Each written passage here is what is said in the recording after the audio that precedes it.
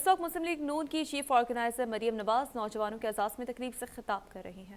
صاحب کے لیے کتنا اس چیز کو کی امپورٹنس ہے کہ جو پاکستان کے اندر یوتھ ہے اور اس کا اتنا بڑا آبادی کا بلج ہے، اتنی بڑی جو کانسنٹریشن ہے اور اتنی پرسنٹیج ہے اور بڑھتی جا رہی ہے، تو اس یوتھ کو جو ہے وہ ہم ڈائریکشن بھی دیں، ان کے لیے ہم پلان بھی دیں، ان کو پاکستان میں ان کا مستقبل بھی محفوظ بنائیں. تو آپ سب کو بہت بہت مبارکباد. اور عاشق آپ کو بہت مبارک. عاشق پنجاب کا یوتھ کوآرڈینیٹر ہے اور میرے ساتھ بہت دیر سے کام کر رہا ہے، اور میں سمجھتی ہوں کہ یہ بہت اچھے طریقے سے اس کو سر انجام دے گا. آپ لوگ بھی، میں کچھ آپ میں سے ہمارے ایم این ایز ہیں، ایم پی ایز ہیں، ٹکٹ ہولڈرز ہیں، اپنے اپنے ڈسٹرکٹس کے اندر پولیٹیکل ورکر کی حیثیت سے آپ لوگوں نے کام کیا ہے. تو مجھے امید ہے کہ آپ لوگوں کو یہ رسپانسبلٹی جو دی گئی ہے، یہ رسپانسبلٹی آپ بہترین طریقے سے نبھائیں گے. مجھے امید ہے کہ انشاءاللہ تعالی. اور میرا نہ صرف میرا، نواز شریف صاحب کا، مسلم لیگ نون کا، بلکہ پاکستان کا جو سر ہے وہ فخر سے بلند کریں گے، پاکستان کے جھنڈے کو اونچا رکھیں گے. اور یہ میں آپ سے ایکسپیکٹ بھی کرتی ہوں، یہی میری ایکسپیکٹیشن ایسوسیٹڈ ہے آپ سے اور اس قوم کے تمام نوجوانوں سے اکراس پولیٹیکل ڈیوائیڈ، کہ ملک کو اگر اس وقت کوئی ڈائریکشن کی ضرورت ہے، کسی کنٹریبیوشن کی ضرورت ہے جو ملک کی قسمت بدل سکتی ہے، تو وہ پاکستان کی یوتھ ہے، پاکستان کی نوجوان نسل ہے. اور آپ نے دیکھا ہوگا کہ میں یہ صرف بات نہیں کری، جب سے مجھے چیف آرگنائزر کا عہدہ ملا ہے، سب سے زیادہ میری جو توجہ ہے وہ یوتھ کے اوپر ہے.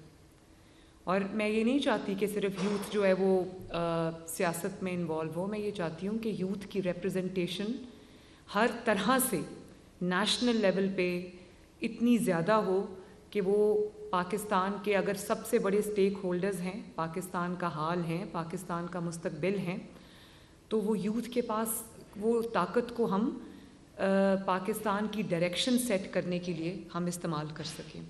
اور یہاں جہاں تک میرے کوآرڈینیٹرز کا تعلق ہے، تو مجھے امید ہے کہ یہ کوآرڈینیٹرز اپنے اپنے ڈسٹرکٹس میں اس طرح کام کریں گے. اب یہ بات دھیان سے سننا، یہ میری مشن سٹیٹمنٹ ہے کہ یہ یوتھ جو ہے، یہ کوآرڈینیٹرز اس طرح سے اپنی ذمہ داریوں کو ادا کریں گے، اس طرح سے تمام ڈسٹرکٹس میں جا کر کام کریں گے کہ جو ٹائیڈ ہے اس کو ٹرن کریں گے انشاءاللہ. سب سے بڑی رسپانسبلٹیز میں سمجھتی ہوں MNAs, MPAs سے بڑی رسپانسبلٹی آپ سب کے کندھوں پہ. اور آئی ہوپ کہ آپ کو اس چیز کا احساس ہے کہ آپ کے اوپر پارٹی نے کتنا بڑا اعتماد کیا، اور مجھے امید ہے کہ آپ you will be able to انشاءاللہ تعالیٰ live up to the expectations associated with it. تو بات یہ ہے کہ اس وقت آپ یہ دیکھو کہ بہت بڑی پرسنٹیج یوتھ کی ہے پاپولیشن کے اندر اور بڑھتی جا رہی ہے. لیکن افسوس مجھے اس بات کا ہے کہ اس کو سیاسی ایندھن تو بنایا جاتا ہے، لیکن اس کے مستقبل کے بارے میں کوئی نہیں سوچتا. اور میں فخر کے ساتھ یہ بات کہتی ہوں کہ چاہے وہ 2013 سے پہلے شہباز شریف صاحب کا 2008 سے لے کے 2013 تک ان کی چیف منسٹرشپ کا عہد ہو، یا پھر 2013 سے لے کر 2018 کسی جماعت کے پاس پاکستان کی ترقی کا پلان ہے، پاکستان کی اکانومی کے لیے پلان ہے، پاکستان کی یوتھ کے لیے پلان ہے، انرجی کے لیے پلان ہے، ٹیررزم کے لیے پلان ہے، کلائمیٹ چینج کے لیے پلان ہے، تو وہ سب صرف اور صرف پاکستان مسلم لیگ نون ہے.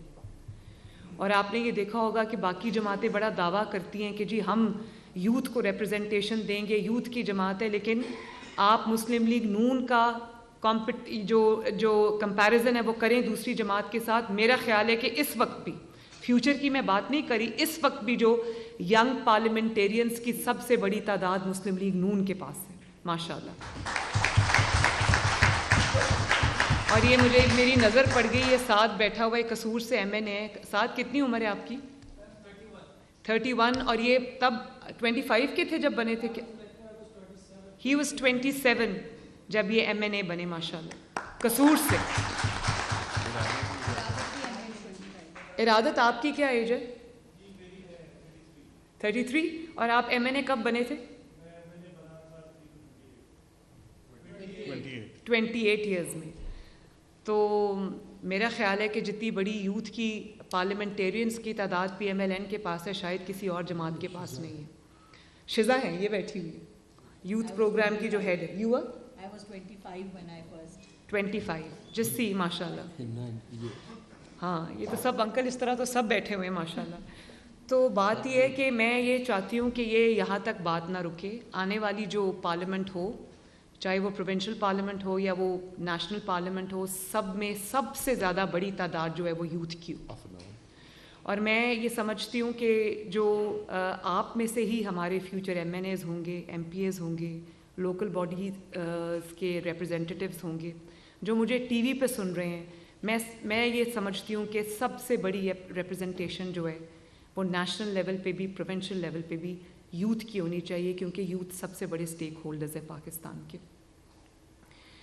اب جو یوتھ کے لیے صرف نعرہ نہیں دیا مسلم لیگ نون نے, میں نے ابھی بتایا, چاہے وہ 2008 سے 2013 تک ہو شہباز شریف صاحب کی حکومت, یا وہ 2013 سے 2018 تک ہو جس میں نواز شریف صاحب نے پاکستان کا پہلا یوتھ پروگرام دیا تھا. اس میں جو ہمارا پیف پروگرام تھا, اسکالرشپس کا پروگرام, جس میں نہ صرف بچوں کو, برائٹ اسٹوڈنٹس کو, میریٹوریس اسٹوڈنٹس کو پاکستان کے اندر ان کو مواقع ملے, اسکالرشپس ملی ان کو دنیا کی بہترین یونیورسٹیز میں بھی شہباز شریف صاحب نے بھیجا, انٹرنشپس ملیں, انٹرپرینیورشپ کے لیے ان کو پروموٹ کیا, ان کی ہینڈ ہولڈنگ کی, اور لون اسکیمز میں ان کو لون اسکیم دی آسان اقساط پر.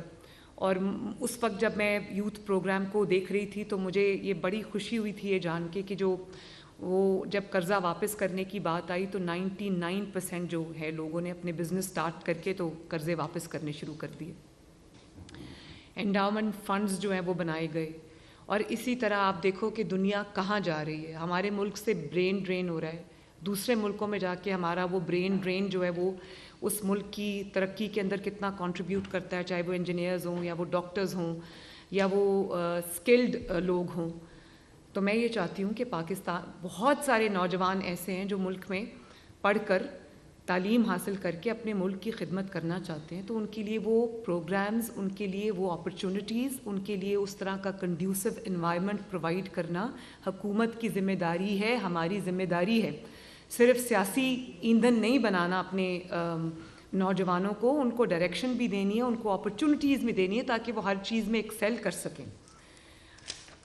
چاہے وہ رورل یوتھ ہو, بہت بڑی تعداد 65% جو تعداد ہے وہ رورل یوتھ کی ہے, اور چاہے وہ اربن یوتھ ہو, سب کو ہم نے مین اسٹریم کے اندر انکارپوریٹ بھی کرنا ہے, ان کو ایکول اپرچونٹیز ترقی کے لیے دینی ہے.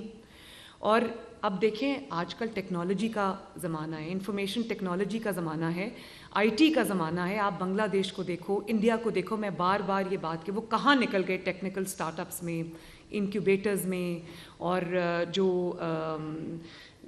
یہ ٹیکنالوجی بیس سلوشنز ہیں. ہمارے پاس اتنی بڑی ورک فورس ہے, اتنی بڑی ورک فورس ہے. ہمیں اس ورک فورس کو ٹیکنالوجی بیسڈ ورک فورس میں تبدیل کرنے کی ضرورت ہے تاکہ ہمارے ملک میں بھی ان کے لیے اپرچونٹیز ہوں, اور اگر وہ ملک سے باہر جا کے اپنا نام بنانا چاہتے ہیں, اپنا بریڈ اینڈ بٹر ارن کرنا چاہتے ہیں, تو ہاتھوں ہاتھ ان کو وہاں پر لیا جائے. اور آج کل فری لانس جو ورک ہے اس کا زمانہ ہے, اس کے لیے ہمیں لوگوں کو ٹرین کرنا ہے, ٹیکنیکل ایکسپرٹیز ان کو دینی ہے, ان کی ہینڈ ہولڈنگ کرنی ہے, ان کے ٹریننگ سیشنز کرنے ہیں, چاہے وہ ٹیفٹا کے تھرو ہو یا وہ دوسری کیا ہے نیفڈیک ہو, کوئی بھی ہو. ایگریکلچر پاکستان کی جو اکانومی ہے وہ ایگرو بیسڈ اکانومی ہے, اس میں جو ٹیکنالوجی بیسڈ ایگریکلچر ہے, بایو ٹیکنالوجی ایگریکلچر ہے, کلائمیٹ ریزیلینٹ ایگریکلچر ہے, فوڈ پروڈکشن ہے, اور ایگریکلچر ہے, لائیو اسٹاک ہے, انٹرپرینیورشپ ہے. اس میں چاہے وہ ڈیری کی پروڈیوس ہو, آپ کی ویجیٹیبلز ہو, فروٹس ہوں, میٹ ہو, پیکیجنگ ہو, اس کی ایکسپورٹ ہو, اور یا آن لائن مارکیٹنگ ہو.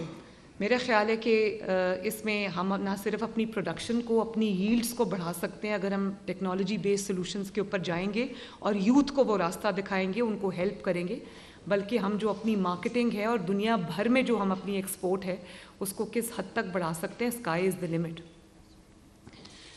اور میں یہ بھی سمجھتی ہوں کہ جو نیشنل ڈسیجن میکنگ پروسیس ہے، اب یہ بات بہت دھیان سے سننے والی ہے، اس میں یوتھ کا بہت بڑا ہاتھ ہونا چاہیے.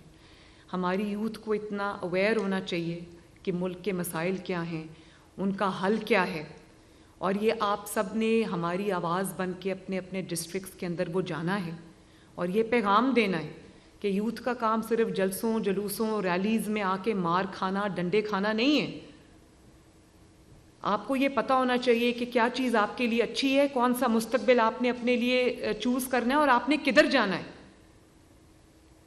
یہ بڑا، آپ دیکھو کل میں دیکھ رہی تھی ٹی وی کے اوپر کہ بڑے افسوس سے مجھے یہ کہنا پڑ رہا ہے کہ جو کال دی کوئی ریلی کی، جس طرح جیل بھرو تحریک کی کال دی اور اس کا ایندھن بنایا ورکرز کو، ینگسٹرز کو، اور خود گھر میں چھپ کے بیٹھے رہے.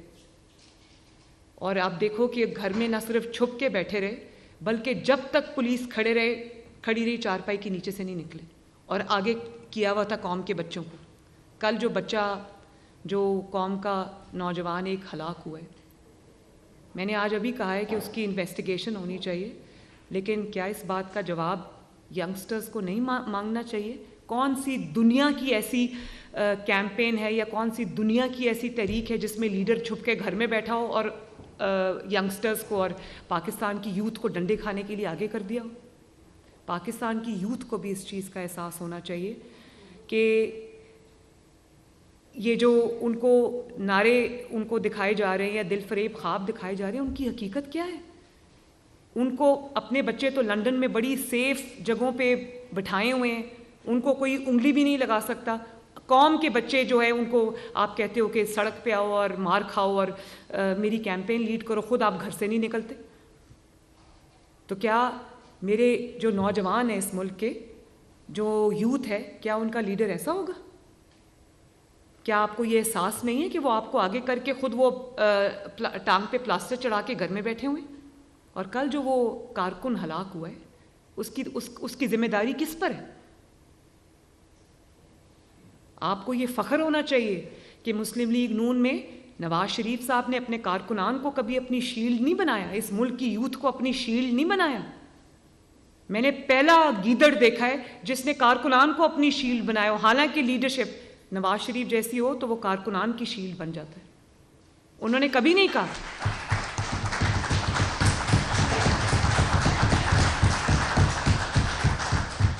یہ ہوتا ہے شیر اور گیدڑ میں فرق، یہ ہوتا ہے لیڈر اور گیدڑ میں فرق. اگر جو عدلیہ بحالی کی تحریک نواز شریف صاحب نے چلائی تھی، اگر وہ یہ کہتے کہ سامنے آ جاؤ جی میرے نوجوانوں، آؤ میری تحریک میں میرا ساتھ دو، اور خود نواز شریف صاحب ماڈل ٹاؤن یا گھر سے نہ نکلتے، تو وہ تحریک کبھی کامیاب ہوتی؟ دنیا کی میں نے پہلی تحریک یہ دیکھی ہے جس میں لیڈر گھر میں چھپ کے بیٹھا ہے اور خواتین کو اور نوجوانوں کو سامنے رکھا ہوا ہے کہ آؤ میری حفاظت کرو. کل میں خواتین کے ایک فنکشن سے خطاب کر رہی تھی، میں نے کہا میں نے پہلی دفعہ سنا ہے لوگ ہمیشہ خواتین کی حفاظت کرتے، یہ پہلا میں نے گیدڑ دیکھا ہے جو کہتا ہے خواتین آ کے میری حفاظت کریں. کارکنان یہاں پہنچ جائیں، کارکنان وہاں پہنچ جائیں، کارکنان یہاں پہ ڈیوٹی دیں، کارکنان ادھر آ جائیں. کارکنان ہر جگہ آ جاتے، یہ خود کہیں پہنچتے ہی نہیں. اس سے بڑا مذاق اس قوم کی یوتھ کے ساتھ، اس سے بڑا مذاق اس قوم کی آنے والی نسلوں کے ساتھ اور کیا ہوگا؟ مجھے بتائیں، آپ سب یوتھ کے نمائندے مجھے ہاتھ اٹھا کے بتائیں کہ ایسے لیڈر کو آپ کا دل بھی کرے گا لیڈر کہنے کو؟ نواز شریف صاحب جب لنڈن سے اپنی بیوی کو چھوڑ کے آ کے گرفتاری دینے کے لیے آئے تھے تو انہوں نے آپ کو تو آگے نہیں رکھا، بیٹی کا ہاتھ پکڑا اور گرفتاری دینے کے لیے آ گئے. تو یہ بھی نوجوانوں کو بھی 10 بار سوچ کر اپنے لیے پولیٹیکل افیلیشن کا انتخاب کرنا چاہیے، 10 بار سوچ کر. اور اس ملک کے کیونکہ سب سے بڑے سٹیک ہولڈرز آپ ہیں، تو آپ جو 2013 سے لے کے 2018 تک آپ دیکھ لیں کارکردگی، یہ کوئی صدیوں پرانی بات نہیں ہے. اور اب کی کارکردگی آپ دیکھ لیں، جو ملک ڈاؤن ہل گیا، نیچے گیا، اب تک لڑکتا جا رہا ہے، اس کا کون ذمہ دار ہے؟ کیا یوتھ کو یہ سوال اپنی قیادت سے نہیں پوچھنا چاہیے؟ میں سوال کا جواب دے سکتی ہوں کہ 2013 میں ہمیں کس طرح کا پاکستان ملا تھا، اور 2018 میں ہم ترقی کرتا ہوا، ٹیک آف کرتا ہوا پاکستان جو ہے وہ دے کر گئے اس ملک کی یوتھ کو.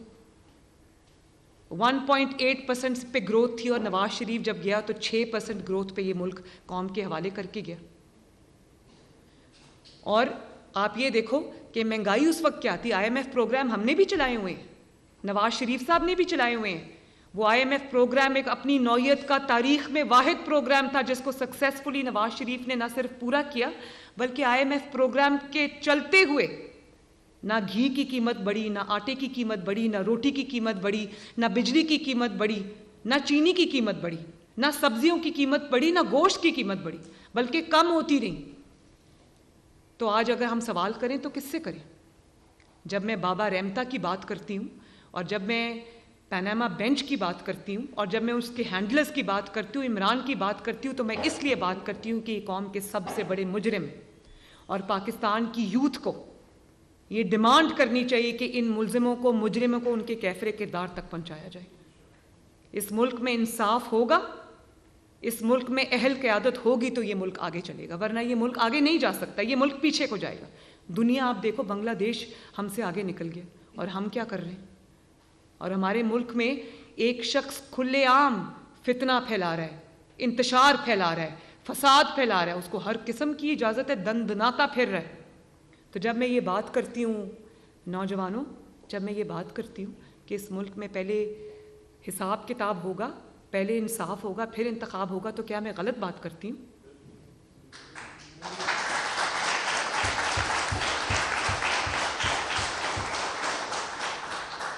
الیکشنز کا بڑا آپ کو شوق اترا ہوا ہے، تو پہلے یہ بھی تو پوچھنا چاہیے یوتھ کو کہ ایسے فیصلے پہلے ایسے انسان کے ہاتھ میں کیوں دیے جو نشہ کر کے بے سود پڑا ہوتا ہے. چودھری پرویز الہی صاحب آپ کے چیف منسٹر تھے پنجاب کے، ان سے پوچھے بغیر اسمبلی زبردستی پریشر ڈلوا کے اسمبلی توڑوا دی گئی. اسٹیک ہولڈر پرویز الہی، اس سے کسی نے پوچھا ہی نہیں، اس کو کہا توڑ دو اسمبلی، زبردستی پریشر ڈالا. جو انسان اسمبلی میں بیٹھا ہی نہیں ہے، جو انسان کا کوئی لینا دینا ہی نہیں ہے، وہ اس کو کہہ رہا ہے کہ اسمبلی توڑ دو. تو کیا گارنٹی آج الیکشن ہو جائیں، ایک اسمبلی یہ جیت جائے، ایک اسمبلی پاکستان مسلم لیگ نون جیت جائے، تو کیا گارنٹی کہ یہ کل پھر وہ اسمبلی نہیں توڑے گا؟ کیونکہ نشے کی حالت میں ہوتا ہے، فیصلہ کرنے کی قوت نہیں ہے دماغ میں، ذہنی بیمار ہے. تو آپ یہ دیکھو کہ سب جہاں بائی الیکشنز ہوئے سب جگہوں سے کھڑا ہو گیا. اور جب بائی الیکشنز، قوم کا پیسہ لگتا ہے ان بائی الیکشنز میں، مفت بائی الیکشنز نہیں ہوتے. میں اگر پرائم منسٹر ہوں تو میں سب سے پہلے اس کو کہوں کہ یہ پیسے ادھر رکھو نا جو پہلے قوم کے لگوائے ہیں. یہ آپ کے والد صاحب کا پیسہ نہیں ہے، یہ اس قوم کا پیسہ ہے. یہ 22 کروڑ عوام کا جیتا جاگتی عوام کا ملک ہے، محنت کرتی ہوئی عوام کا ملک ہے. یہ کوئی بچوں کا کھیل نہیں ہے. جب دل کیا اسمبلی توڑ دی، جب دل کیا سائفر کا رونا رو دیا، اس کے سائفر کی آڑ میں نیشنل اسمبلی آف پاکستان توڑ دی، اور آج اسی اسمبلی میں واپس جانے کے لیے دن رات منتیں کر رہے ہیں. یہ تضاد دیکھیں ذرا، اور یہ تضاد نہیں ہے، یہ منشیات زدہ دماغ کے فیصلے ہیں. تو یہ عدلیہ کو بھی یہ سوچنا چاہیے کس انسان کے کہنے پہ یہ فیصلے ہو رہے ہیں، کس انسان کے، جس کا صبح فیصلہ کچھ ہوتا ہے، دوپہر کو کچھ ہوتا ہے، شام کو کچھ ہوتا ہے. اپنے لوگوں کو کہتا ہے باہر نکلو، خود گھر میں بیٹھا ہوتا ہے. اور پھر وہ جو کل PTI کا کارکن ہلاک ہوا، کل میرا دل خون کے آنسو رویا جب میں نے رات کو وہ تصویر دیکھی. نوجوانوں میں آپ سے مخاطب ہوں، وہ تصویر دیکھی جب اس نوجوان کے باپ کو، والد کو، عمر رسیدہ والد کو زمان پاک بلایا افسوس کرنے کے لیے. وہ سائیڈ پہ اس طرح بیٹھا ہوا تھا جیسا وہ ان کا کوئی پیڈ ملازم ہوتا ہے. وہ اس کا بچہ ہلاک ہوا ہے، اس کا بچہ جان سے گیا ہے، اور اس کو بلا، اور ٹانگ پہ ٹانگ رکھی ہوئی تھی، جوتے کا منہ اس بزرگ کی طرف تھا. میں نے کسی بھی سیاسی کارکن کی اس سے بڑی تذلیل نہیں دیکھی، اس سے بڑی تذلیل میں نے نہیں دیکھی۔ تو جو اپنے کارکنوں کو، اس کے والدین کو جو یہ عزت دیتا ہے، اس نے ملک کے نوجوان کو کیا عزت دینی؟ یہ سوال اٹھتے ہیں نا۔ 10 نیشنل اسمبلی کی سیٹ سے کھڑا ہو جاتا ہے، الیکشن جیت کے وہ سیٹس چھوڑ دیتا ہے۔ یہ کوئی بچوں کا کھیل ہے؟ ملک کے پیسے لگتے ہیں اس پہ، سارے پیسے اس سے نکلوانے چاہیے۔ پھر میں دیکھوں کتنی جگہ کھڑا ہوتا ہے جس کا گھر کوئی اور چلاتا ہے، جس کا کچن کوئی اور چلاتا ہے، جس نے ملک کے تحفے، ملک کو ملنے والے تحفے بیچ بیچ کے اپنی نسلیں سنوار لیں، جس کی بیوی 5-5 کیرٹ کا ایک ایک رنگ لیتی رہی ایک ایک فائل پہ دستخط کرنے کے بدلے۔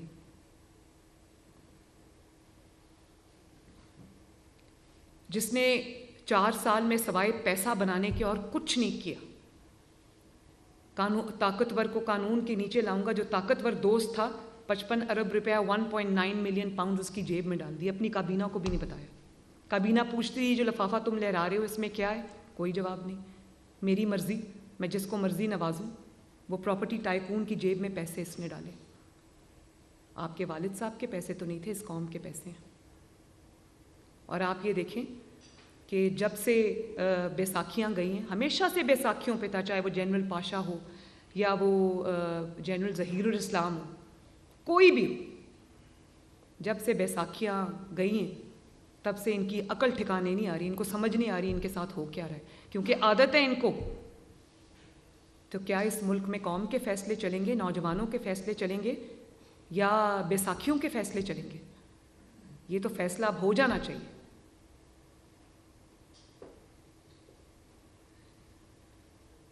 یہ جو میں بات کرتی ہوں کہ پیرے ترازو کے دونوں پلڑے برابر ہوں گے، اس کے اوپر پاکستان کا مستقبل بیس کرتا ہے۔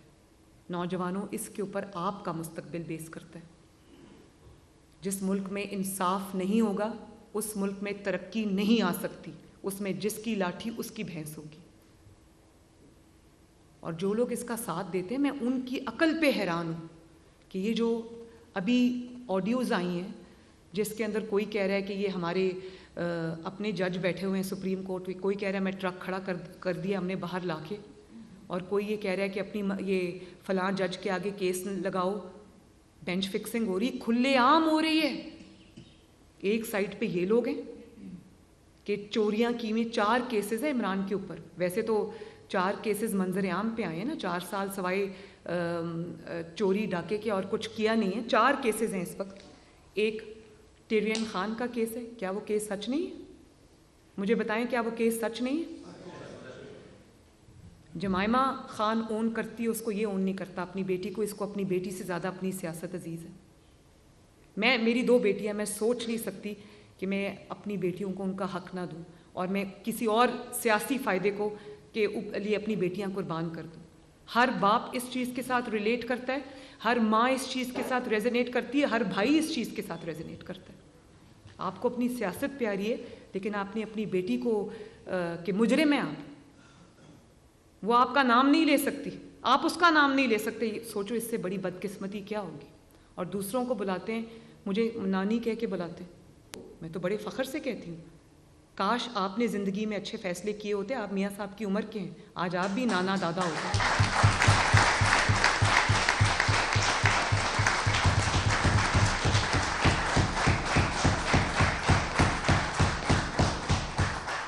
کیا سبق دے رہے ہیں قوم کے نوجوانوں کو؟ میں کسی کی ذاتی زندگی میں نہیں جانا چاہتی، مگر یہ کیس اس وقت اسلام آباد ہائی کورٹ میں ہے۔ یہ بات اپنی بیٹی چھپانے کا نہیں، یہ بات ہے کہ آپ نے اپنی بیٹی کے بارے میں قوم سے جھوٹ بولا، آپ نے اپنے ووٹرز سے جھوٹ بولا، آپ نے قوم کے نوجوانوں سے جھوٹ بولا، آپ نے ان کو اتنی عزت کے قابل نہیں سمجھا کہ آپ ان سے سچ بولیں۔ تو جواب تو دینا پڑے گا۔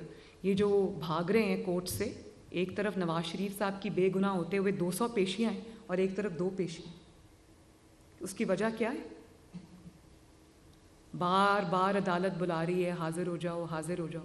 نواز شریف صاحب کو کہا جاتا تھا 1 گھنٹے میں نواز شریف حاضر ہو، ہفتے میں 5 دن بیٹی کے ساتھ حاضر ہو، وہ حاضر ہوتا تھا، میں بھی حاضر ہوتی تھی۔ تو آپ کو کون سے سرخاب کے پر لگے ہوئے؟ یہ جو بستر کے نیچے چھپے ہوتے ہیں نا, چارپائی کے نیچے, بیڈ کے نیچے, پولیس آ گئی ہے, چلی گئی ہے, یہ کیوں ہے؟ یہ جو اتنی بڑی ڈائیکاٹمی ہے یہ کیوں ہے کہ جلسے کے لیے آپ تیار ہیں, کل ریلی نکال رہے تھے, اور یہ بھی میں بتا دوں وہ ریلی اس لیے ناکام ہوئی کہ ریلی کے لیے بندہ اکٹھا نہیں ہوا. بہت بری بات ہے, سیاسی کارکنوں پہ تشدد نہیں ہونا چاہیے, لیکن کیا یہ سیاسی کارکن ہیں؟ 2014 میں دنیا نے دیکھا کس طرح انہوں نے دھرنے میں پولیس والوں کو ڈنڈے مار مار کے ان کی ہڈیاں توڑی, یاد ہے نا وہ سب. کل بھی دنیا نے دیکھا کہ پولیس والوں کو درجنوں پولیس والی زخمی ہوئے. کارکنوں, سیاسی کارکنوں کی بات ہو رہی ہے, یہ اس کو لے کے رو رہے ہیں, اس کو لے کے ایموشنل ڈرامہ کریٹ کر رہے ہیں, لیکن یہ بھی تو دیکھو سیاسی کارکن کر کیا رہے ہیں. وہ پولیس کی گاڑیاں جلا رہے ہیں, پولیس کی گاڑیوں کو ڈنڈے مار کے توڑ رہے ہیں, پولیس کے نوجوان, وہ بھی کہ پولیس کے نوجوان بھی کسی کے باپ ہیں, کسی کے بھائی ہیں, کسی کے بیٹے ہیں. یا قاسم اور سلیمان کی زندگی کی قیمت ہے اور میرے پولیس والوں کے نوجوانوں کی زندگی کی کوئی قیمت نہیں ہے. چاہے وہ پی ٹی آئی کا کارکن ہو, اس کی جان کی بھی قیمت ہے. خود تم بزدلوں کی طرح چھپے بیٹھے اور قوم کے نوجوانوں کو کہتے ہو آؤ آ کے میرے لیے لڑو. کیوں لڑیں؟ وہ اس لیڈر کے لیے لڑیں جو کمرے میں چھپ کے بیٹھا ہے. جب پولیس آتی ہے گھر میں موجود ہوتا ہے اور کہتا ہے لکھ کے دے دو ناٹ اویلیبل. تو میں یہ صرف ڈرامہ بازی اس لیے ہے, یہ 5 مہینے سے جو پلاسٹر نہیں نا اتر رہا ٹانگ کے اوپر سے, یہ صرف اس لیے کہ یہ کورٹس کو اوائڈ کرنا چاہتا ہے. اور کورٹس کو اوائڈ اس لیے کرنا چاہتا ہے کہ جو 4 کیسز ہیں, فارن فنڈنگ, توشہ خانہ, ٹیرین وائٹ اور 190 ملین کا جو کیس ہے, یہ 4 کیس سچے ہیں. 4 کیس سچے ہیں اور یہ جانتا ہے کہ یہ سچے ہیں. اس کو پتہ ہے کہ یہ جب ٹیرین وائٹ کیس میں پیش ہوگا تو نہ یہ اس کو اون کر سکتا ہے نہ اس کو ڈس اون کر سکتا ہے. اون کرتا ہے تو ڈسکوالیفائی ہوتا ہے, ڈس اون کرتا ہے تو جھوٹ پکڑا جاتا ہے. توشہ خانہ میں صرف چوریاں نہیں کی, ان چوریوں کو چھپایا بھی ہے. فرح گوگی جو ہے وہ جب توشہ خانہ کے تحفے دبئی میں بیچ کر آئی تو وہ آپ کو پتہ ہے کہ وہ بیچے ہوئے جو پیسے تھے, جو تحفے بیچ کے پیسے لیے تھے, ان کو کسی بینک کے ذریعے ٹرانسفر نہیں کیا گیا کیونکہ حرام کا پیسہ تھا. اس کو پراپرٹی ٹائکون کے جہاز میں سوٹ کیسز میں بند کر کے وہ پیسے لے کے آئے. منی لانڈرنگ اور کس کو کہتے ہیں؟ لوگوں پہ تم منی لانڈرنگ کے الزام لگاتے ہو, خود تم یہ تبھی راتوں رات فرح گوگی کو فرار کرا دیا کیونکہ اس کو پتا تھا کہ یہ جرائم اس نے کیے ہوئے, اسی لیے کورٹ میں پیش نہیں ہوتا.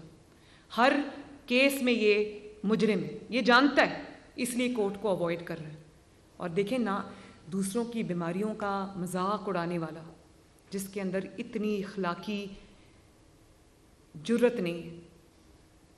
آج آپ دیکھیں لوگوں کو, میری ماں کے کینسر کا مذاق اڑایا, شہباز شریف صاحب کے کینسر کا مذاق اڑایا, شہباز شریف صاحب کی بیک ایک کا مذاق اڑایا. اور آج آپ دیکھیں اللہ تعالیٰ کا کرنا کیا ہوتا ہے. ہر چیز جو ہے وہ کورٹس میں ڈیسائیڈ نہیں ہوتی. یہ دنیا ہے, اس دنیا میں سزا اور جزا کا فیصلہ ہوتا ہے. وہ کہتے ہیں نا کہ جو سزا اور جزا ہے وہ صرف حشر پہ موقوف نہیں ہے, دنیا میں زندگی خود بھی گناہوں کی سزا دیتی ہے انسان کو.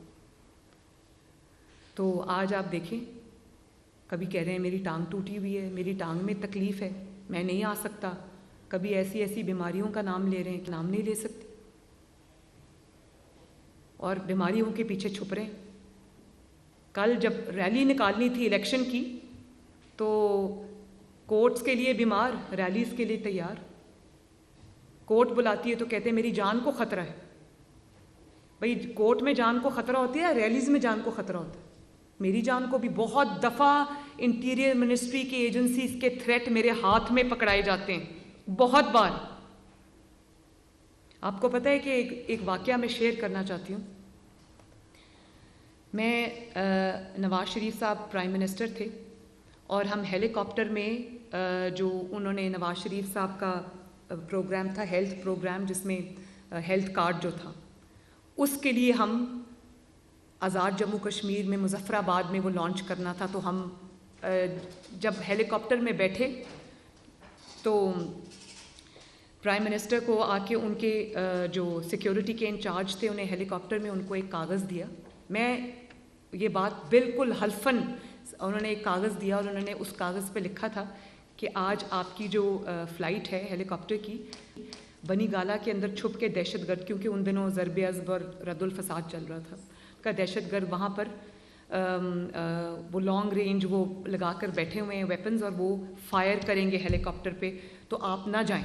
ابھی ہیلی کاپٹر ہم بیٹھے ہیں، سیٹ بیلٹس باندھ رہے تھے، تو میاں صاحب نے وہ مجھے دکھایا، تو میاں صاحب نے اس کو کہا زندگی اور موت اللہ تعالیٰ کے ہاتھ میں.